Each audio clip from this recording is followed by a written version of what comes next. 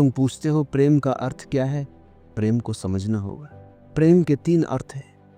पहला अर्थ वही है जिससे तुम सब जानते हो, वही जिसे तुम बड़े रस से कहते हो, फॉलिंग इन लव, प्रेम में गिरना। ध्यान रखना, ये सचमुच गिरना ही है। जब तुम कहते हो मैं प्रेम में गिर गया, तो शब्द ही बता देता है कि तुमने अपनी ऊंचाई खो दी, स्वतंत्रता खो दी। तुम अब अपने मालिक नहीं रहे, तुम दूसरे पर आश्रित हो गए। किसी स्त्री के प्रेम में गिर गए तो अब वह तुम्हारी मालकिन हो गई। किसी पुरुष पर मोहित हो गए तो वही तुम्हारा स्वामी हो गया। अब ये गुलामी का खेल शुरू हुआ है। बाहर से तो इसे फूलों से सजाया जाता है, नाम दिया जाता है प्रेम का। भीतर यह जंजीरों से बंध जाने जैसा है। अब तुम उसके बिना जी नहीं सकते। उसके बिना जीवन अधूरा लगता है, सूना लगता है। आत्मा खाली खाली लगती है। तुम्हारे भीतर एक रिक्तता का बोझ आ जाता है जो केवल दूसरे के सहारे भरता है। और ये बहुत अजीब है, जिसके ऊपर तुम निर्भर हो जाते हो वही तुम्हारा मालिक बन जाता है। और मालिक होना किसी को भाता नहीं। गुलामी सूख कर नहीं हो सकती। यही कारण है कि ऐसे प्रेम के सारे रिश्ते अंततः पीड़ा में बदल जाते हैं। आनंद के वादे से शुरू होते हैं, कलह और क्लेश पर जाकर समाप्त होते हैं। क्योंकि कौन है जो अपनी आत्मा को बेच देना चाहता है? तुम प्रेम के नाम पर गुलाम बनते हो, और ये केवल एक तरफा नहीं होता, दूसरा भी तुम्हारा गुलाम बन जाता है। पति पत्नी को बांधता है, पत्नी पति को बांधती है। दोनों एक दूसरे पर स्वामित्व थोपते हैं। यह परस्पर शोषण है। इसे प्रेम कहा जाता है, पर यह प्रेम नहीं है। धीरे धीरे दोनों आत्माएं मर जाती हैं, दोनों विकलांग हो जाते हैं। विवाह एक तरह से बच्चों की लंगड़ी दौड़ जैसा है। 2 बच्चों की एक एक टांग बांध दी जाए और फिर उनसे कहा जाए दौड़ो। अब वे 3 टांगों से दौड़ेंगे। यही विवाह है। 2 लोगों की स्वतंत्रता को बांध दिया गया है। अब दोनों बाधा बन जाते हैं। एक पूर्व की ओर जाना चाहता है, दूसरा पश्चिम की ओर। एक तेजी से बढ़ना चाहता है, दूसरा धीमा चलना चाहता है। अब दोनों को समझौता करना पड़ता है, हर बार झुकना पड़ता है। और जब तुम मजबूरी में झुकते हो, भीतर आग उठती है, कलह वहीं से जन्म लेती है। याद रखो, ये दोस्ती नहीं है, ये प्रेम नहीं है, ये तो एक तरह की दुश्मनी है, बस नाम बदला हुआ है। इसी से तुम देखते हो पति पत्नी से खफा है, पत्नी पति से खफा है। बोले या न बोले, भीतर गुस्से की लहर है। कारण पति नहीं है, कारण पत्नी नहीं है, कारण है निर्भरता, कारण है गुलामी। और गुलामी से बड़ा अपमान मनुष्य के लिए कुछ नहीं है। यह साधारण प्रेम है, वही प्रेम जिसे सब जानते, जिसे सब जीते। इसी प्रेम ने जीवन को नरक में बदल दिया है। इसी प्रेम के बारे में रहीम ने कहा था, प्रेम पंथ है सो कठिन। लेकिन सच कहूँ तो यह कठिन नहीं है, यह तो बहुत सहज है। हर कोई इसमें फंस जाता है। हर घर में यही चल रहा है, हर परिवार में यही कहानी दोहराई जाती है। कठिनाई कहाँ है? कठिनाई वहाँ है जहाँ दूसरा प्रेम जन्म लेता है। वह प्रेम जिसे प्रेम में गिरना नहीं कहा जा सकता, बल्कि प्रेम में होना कहा जा सकता है। बीइंग इन लव, ये कुछ और ही है। इसका स्वरूप मैत्री का है, स्वतंत्रता का है। खलील जिब्रान ने बहुत सुंदर कहा है कि प्रेमी वैसा होना चाहिए जैसे मंदिर के 2 स्तंभ। देखो, इन स्तंभों को वे न तो बहुत पास है न बहुत दूर। अगर ये बहुत पास आ जाएं तो मंदिर गिर जाएगा, और अगर बहुत दूर हट जाएं तो भी छत टिक नहीं पाएगी। संतुलन चाहिए, थोड़ी दूरी, थोड़ी नजदीकी, तभी मंदिर टिकता है। सच्चे प्रेमी वैसे ही होते हैं, न बहुत पास न बहुत दूर, थोड़ा फासला, ताकि स्वतंत्रता बनी रहे, ताकि एक दूसरे की सीमाओं पर अतिक्रमण न हो, ताकि स्वतंत्र आत्मा अपनी धुन में गा सके। मुझे याद है, एक छोटा बच्चा मेरे साथ बगीचे में घूम रहा था। वहाँ एक तख्ती लगी थी, नो ट्रेसपासिंग, प्रवेश निषिद्ध। बच्चे ने पढ़ा, थोड़ी देर सोच में डूबा रहा। मैंने पूछा, क्या सोच रहे?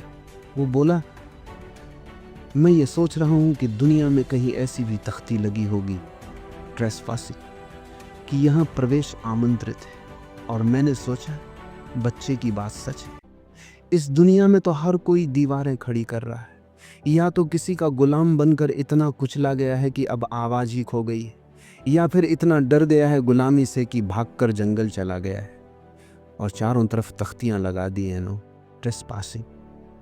यही सन्यासी है, यही साधु है जिन्होंने लक्ष्मण रेखा खींच ली है। अंदर मत आना, क्योंकि उन्हें डर है कि भीतर कोई आया तो फिर से गुलामी शुरू होगी। दुनिया में दो तरह के लोग दिखाई देते हैं। कुछ ऐसे हैं जो कुचले जा रहे हैं, दूसरों की इच्छाओं, दूसरों के बंधनों के नीचे दबे हुए, और कुछ ऐसे हैं जो इस कुचलने से डरकर भाग गए, जंगल में छिप गए। लेकिन दोनों ही अपंग हैं। एक दबकर अपंग हुआ, दूसरा भागकर अपंग हो गए। प्रेम में होना क्या है? इसका अर्थ है इतने पास होना कि निकटता में भय का कोई कारण न रहे, और इतने दूर रहना कि एक दूसरे को रौंदने का खतरा न हो। हमारे बीच आकाश बचा रहे, स्वतंत्रता का विस्तार बना रहे। यदि तुम्हारा आमंत्रण होगा तो मैं आऊँगा, और यदि मेरा आमंत्रण होगा तो तुम आओगे, पर यह आने जाने का अधिकार नहीं होगा, हक नहीं होगा। केवल निमंत्रण पर, प्रेमपूर्ण स्वीकृति पर। रविंद्रनाथ ठाकुर के एक उपन्यास में एक युवती अपने प्रेमी से कहती है, मैं विवाह करने को तैयार हूँ, लेकिन मेरी शर्त है कि तुम झील के उस पार रहोगे और मैं झील के इस पार। प्रेमी चौंक जाता है, कहता है ये कैसी पागलपन की बात है, प्रेम करने के बाद लोग तो एक ही घर में रहते हैं। युवती ने उत्तर दिया, प्रेम करने के पहले तो एक घर में रह सकते हैं, लेकिन प्रेम करने के बाद एक ही छत के नीचे रहना खतरनाक है। वहाँ से बाधाएं शुरू होती। वह कहती है, मैं झील के उस पार रहूंगी, तुम इस पार। बीच में यह जलराशि हमारा सेतु भी होगी और हमारी दूरी भी।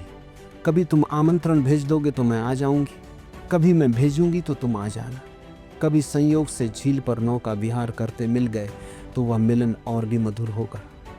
कभी सुबह के समय पेड़ों के नीचे घूमते अचानक आमना सामना हो गया तो यह सहज मिलन और भी प्रीतिकर होगा। लेकिन यह संबंध गुलामी में नहीं है, बदल जाएगा। तुम्हारे बिना बुलाए मैं नहीं आऊंगी, और मेरे बिना बुलाए तुम न आना। तुम्हें सचमुच आने की इच्छा होगी तभी आना, मेरे आदेश पर नहीं। और मुझे भी आना होगा तो अपने भीतर से आऊंगी, केवल तुम्हारे बुलावे पर नहीं। स्वतंत्रता का यह आकाश यदि प्रेम में बना रहे तभी प्रेम का फूल खिल सकता है। ये दूसरा प्रकार का प्रेम है, कठिन है, हर कोई इसे नहीं जी सकता। यह कभी कभार किसी कवि के जीवन में झलकता है, किसी चित्रकार के कैनवास पर उतरता है, किसी मूर्तिकार के हाथों से आकार लेता है, किसी संगीतज्ञ की धुनों में बह जाता है। आम आदमी इससे अछूता रह जाता है। पहला प्रेम साधारण है, भेड़ चाल का प्रेम, भीड़ का, सामान्य जन का, फॉलिंग इन लव। दूसरा प्रेम थोड़ा ऊंचा है, संवेदनशील, प्रतिभाशाली मनुष्यों का, बीइंग इन लव। लेकिन रहीम जिस प्रेम की बात कर रहे हैं वह तीसरा प्रेम है। वह तो दुर्लभ है, अति कठिन है। पहला प्रेम फॉलिंग इन लव, प्रेम में गिरना। दूसरा प्रेम बीइंग इन लव, प्रेम में होना। और तीसरा प्रेम बीइंग लव, प्रेम ही हो जाना। तीसरे में न कोई संबंध है, न किसी दूसरे पर आश्रय। यह प्रेम की चैतन्य अवस्था है। यह भीतर से उमड़ता है संपूर्ण अस्तित्व की ओर। यह उस कोयल के स्वर की ओर भी बहता है, इन चहचहाते पंछियों की ओर भी। यह सूरज की सुनहरी किरणों से लेकर वृक्षों की हरियाली तक फैलता है। यह मनुष्यों तक भी जाता है और फिर मनुष्यों के पार भी। लेकिन सच तो यह है कि किसी के प्रति इसका सवाल ही नहीं है, इसका कोई गंतव्य नहीं। ये तो जैसे झरना फूट रहा हो पर्वत की गहराई से, जैसे फूल से सुगंध उठ रही हो, बिना पते, बिना ठिकाने, बिना दिशा। न डाकघर जाना है, न डाकिए के सहारे पहुंचना है। ये तो सीधे आकाश में उड़ता जाता है। जिसे ग्रहण करना है कर ले, जिसे न करना हो न करे। जैसे दीपक से प्रकाश झरता है, प्रकाश केवल झरता है, यही उसका स्वभाव है। कोई मांगे या न मांगे, उसे क्या फर्क। रहीम जिस प्रेम की बात कर रहे हैं वो यही है। ये प्रेम बुद्धों का है। ये प्रेम उन्हीं का है जो ध्यान की अंतिम गहराइयों तक पहुंच गए। ये प्रेम ध्यान का प्रसाद है, ध्यान का पुष्प है, और ये सरल नहीं है। साधु संत जैसी सस्ती बातें इसमें काम नहीं आती। ये तो बहुत दुर्लभ है। रहीम कहते हैं, रहीमन में तुरंग चढ़ी चलिबो पावक माही, प्रेम पंथ ऐसो कठिन सब कोई निभात ना है। ये मार्ग सबके लिए नहीं है। ये केवल विरले पुरुषों के लिए, जो सजग हो गए, जो पूर्ण जागरण को छू गए, वही तीसरे प्रेम को जी सकते। और जो इस तीसरे प्रेम को जान लेता है वही परमात्मा को जानता है। याद रखो, मंदिर में फूल चढ़ा देना, दिया जला देना, आरती उतार देना, सत्यनारायण की कथा करा लेना, या मरते वक्त पंडित से राम राम जपवाना, इनसे कुछ नहीं होता। रहीम जिस प्रेम की बात कर रहे हैं वह तो परमात्मा तक ले जाने वाला सेतु है। गौरी शंकर पर चढ़ जाना आसान है, चांद सितारों तक पहुंच जाना आसान है, सबसे कठिन है प्रेममय हो जाना। तुम्हें तीसरे प्रकार के प्रेम को सीखना होगा। केवल प्रेम करना नहीं, केवल संबंध बनाना नहीं, तुम्हें स्वयं प्रेम हो जाना होगा। तुम्हारा अस्तित्व ही प्रेम की तरंग बन जाए। ऐसा नहीं कि प्रेम तुम्हारे किसी व्यवहार का हिस्सा हो, बल्कि प्रेम तुम्हारी भीतरी दशा बन जाए।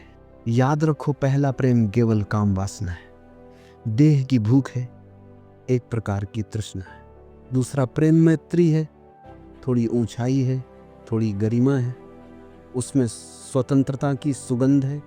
लेकिन तीसरा प्रेम करुणा है, और जब प्रेम करुणा में बदलता है तब वह परमात्मा का द्वार हो जाता है। लेकिन इस करुणा तक पहुंचने का एक ही मार्ग है, ध्यान। इसके अतिरिक्त कोई और उपाय नहीं। यदि तुम ध्यान को टालते हो तो करुणा कभी नहीं खिलेगी, क्योंकि प्रेम का वास्तविक अर्थ यही है कि तुम अपने मस्तिष्क से हृदय में उतर आओ।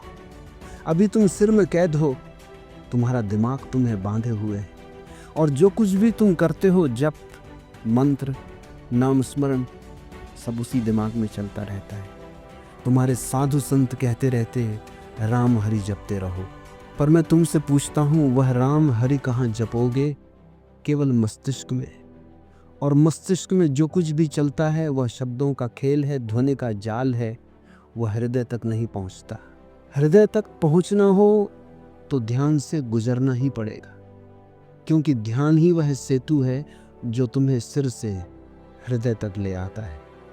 और जब तुम हृदय में आ जाते हो तब प्रेम केवल संबंध नहीं रहता, वह करुणा हो जाता है। करुणा जो बिना शर्त, बिना कारण, बिना पते के बहती है, वही करुणा तुम्हें परमात्मा के द्वार पर पहुंचा देती है।